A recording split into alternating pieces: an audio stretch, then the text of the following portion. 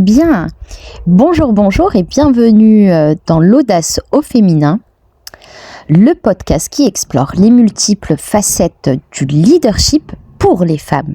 Je suis Monia Zenati, votre hôte aujourd'hui, et nous allons plonger au cœur d'un sujet essentiel: comment affirmer sa voix et son impact au-delà des titres et des attentes. Pour beaucoup d'entre nous, l'idée du leadership évoque des images de poste en direction de pouvoirs formels. Mais le véritable leadership, celui qui fait la différence, est bien plus subtil et puissant. En fait, c'est la capacité d'influencer, d'inspirer, de créer du mouvement, peu importe notre place dans une hiérarchie. Et en tant que femme, nous avons des atouts uniques à faire valoir. Pensez-y, de vous à moi, combien de fois avez-vous eu une idée brillante mais n'avez pas osé la partager? Combien de fois avez-vous minimisé vos réussites? En fait, ces comportements sont souvent inconscients et sont des freins à notre leadership naturel. Et comme je le dis toujours, vous avez les ressources nécessaires en vous. Donc aujourd'hui, pour cette prise de conscience, on va déconstruire les mythes du leadership au féminin. Et de ce pas. Donc le premier pas, c'est de déconstruire certains mythes. On nous a parfois appris que le leadership devait être autoritaire, voire masculin, ou qu'il fallait choisir entre être respecté et être animé. Alors que c'est faux, c'est totalement faux. Allez, on est parti. Le leader doit être parfait. Eh bien, c'est faux. C'est complètement faux. Allez, je vais vous dire un gros non encore une fois. Le leader est humain. Il ou elle a des faiblesses, apprend de ses erreurs et sait s'entourer. Et j'ajouterai à cela, l'authenticité est une force. Donc même, mesdames, si vous avez fait des erreurs dans le passé, que vous êtes trompé, ça fait de vous quelqu'un authentique puisque vous avancez. En apprenant de vos erreurs. Cela vous construit. Ensuite, le mythe numéro 2. Les émotions n'ont pas leur place en leadership. Eh bien, au contraire, l'intelligence émotionnelle est l'une des plus grandes qualités d'un leader. Savoir écouter, faire preuve d'empathie, comprendre les dynamiques humaines sont des atouts féminins souvent sous-estimés, mais essentiels. Ensuite, le mythe numéro 3, ce que les gens pensent généralement, c'est qu'il faut être agressive pour s'imposer. Et en fait, le pouvoir ne se mesure pas à l'agressivité, il se mesure à l'impact. Donc c'est-à-dire une communication claire, assertive et respectueuse. Cela est bien plus efficace et plus durable. Donc maintenant que les 3 mythes ont été démystifiés, nous allons voir quelles sont les clés pour affirmer sa voix. Alors comment passer de l'idée à l'action? Comment faire entendre votre voix quand elle a tendance à être étouffée? Eh bien, la première des choses, c'est de connaître vos valeurs et d'y croire.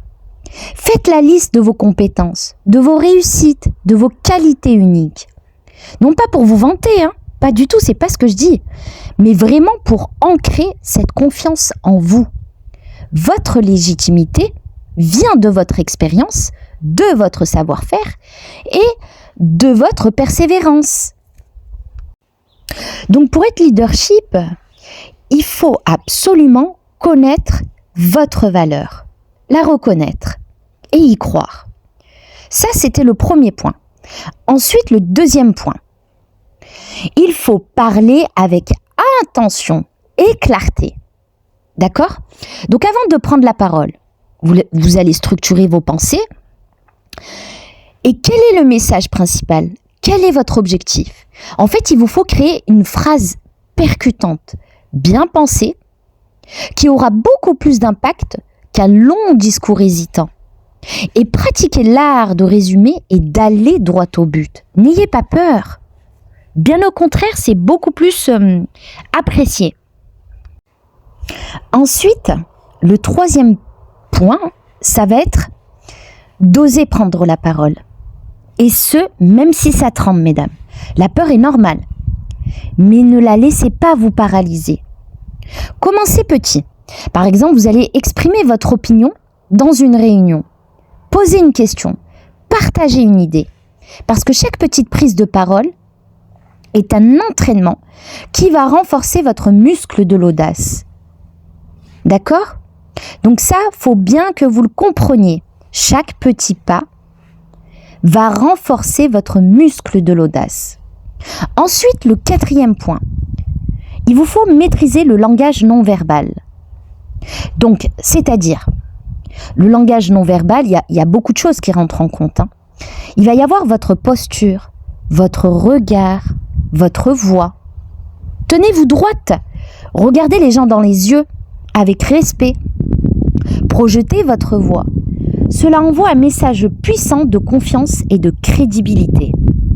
Mais pour ça, encore une fois, il faut connaître sa valeur. La plupart des gens pensent se connaître. La plupart des gens pensent se connaître, connaître leurs valeurs, connaissent leurs valeurs, ils pensent qu'ils se connaissent. Or, lorsque l'on discute avec eux, ils sont incapables de définir leurs propres valeurs. On va leur demander de se décrire, ils sont incapables. Parce qu'ils n'ont pas fait le travail en amont. Ils ne se connaissent pas. Réellement, véridique. Posez la question à quelqu'un et vous verrez qu'il vous sortira des qualités lambda. Mais est-ce que ça les définit réellement? Là est la question.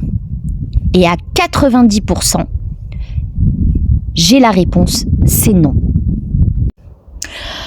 Ensuite, il vous faut cultiver votre propre impact au quotidien. Affirmer sa voix n'est que la première étape. Pour avoir un impact durable, il faut aussi cultiver son influence au quotidien. Soyez une mentor au féminin. D'accord? Excellez dans ce que vous faites. Partagez vos connaissances, aidez d'autres femmes à grandir. Le leadership, c'est aussi un acte de générosité. Je vais vous expliquer pourquoi. En élevant les autres, vous allez vous élever aussi. Et en d'autres termes, vous allez élever aussi votre propre leadership. D'accord? Ensuite, n'ayez pas peur de fermer la porte à certaines personnes qui ne sont pas dans la même perspective que vous. Très clairement. D'accord? Moi, personnellement, je marche à l'énergie.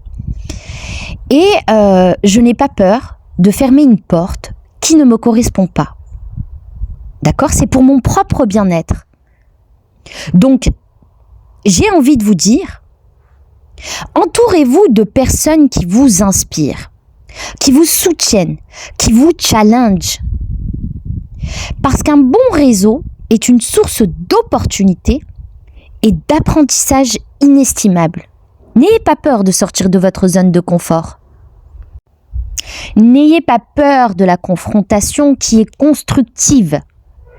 Tant qu'elle est constructive, n'en ayez pas peur. Les désaccords sont inévitables. On est tous des êtres à part entière et on a tous des divergences d'opinion. D'accord? Apprenez à défendre votre point de vue avec assertivité et sans agressivité. L'objectif est de trouver la meilleure solution, pas de gagner un débat. D'accord? Évitez la compétition. Ensuite, célébrez vos victoires, mais aussi celles des autres. D'accord? Il n'y a pas de mal à célébrer une victoire de quelqu'un. Au contraire, c'est plutôt positif. Et puis en plus, vous en ressortirez un petit peu plus grandi.